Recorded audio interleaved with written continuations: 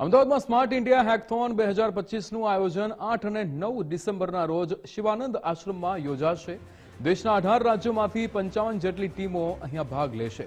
ઇસરો અને જીટીયુ દ્વારા smart India હેકથોનનું આયોજન કરવામાં આવ્યું છે। 330 જેટલા વિદ્યાર્થી સાયન્સ વિભાગના વિચારો પર કામ કરશે। ઇસરો દ્વારા 11 જેટલા વિચારો રજૂ કરવામાં આવશે। દેશભરમાં સ્માર્ટ ઇન્ડિયા હેકથોન 2025નું આયોજન કરાયું છે।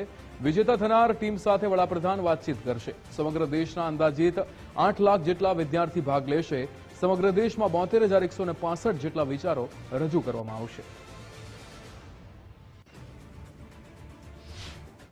2017માં જે આ પ્રોગ્રામ શરૂ થયો હતો એ પહેલી વાર શરૂ થયો હતો અને આ 8મું એડિશન છે। એમાં સ્પેસ એપ્લિકેશન સેન્ટર એટલે કે અંતરિક્ષ ઉપયોગ કેન્દ્ર ઇસરો અમદાવાદ અને ગુજરાત ટેકનોલોજીકલ યુનિવર્સિટી અમદાવાદ બે ભેગા થઈને મળીને આ કાર્યક્રમ યોજી રહ્યા છે મિનિસ્ટ્રી ઓફ એજ્યુકેશનના સૌજન્યથી।